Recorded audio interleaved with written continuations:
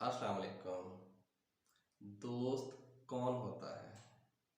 दोस्त वो होता है जो मसला हल करता है, ना कि वो जो मसाइल पैदा करता है। पतरस बुखारी कहते हैं कि दोस्त वो होता है कि जब आप साथ बैठे हों और कोई गुफ्तगू नहीं हो रही, लेकिन फिर भी आप खुश हैं कि वो पास बैठा है। दोस्त वो होता है कि जब भी आपका और उसका इंटरेस्ट क्लैश करे तो वो हमा वक्त अपना इंटरेस्ट छोड़ने के लिए तैयार हो जाए।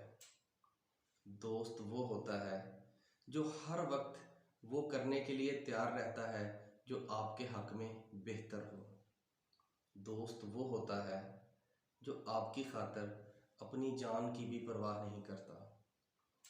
दोस्त वो होता है जो खुलूसे दिल के साथ ज़िंदगी में आगे बढ़ने के लिए आपका साथ देता है, आपके लिए मौक़े फ़राहम करता है।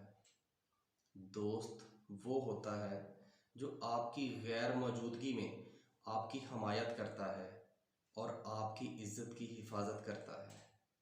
सो दोस्तों, खुश रहें, खुशियाँ बांटें, अपना ख्याल रखिए।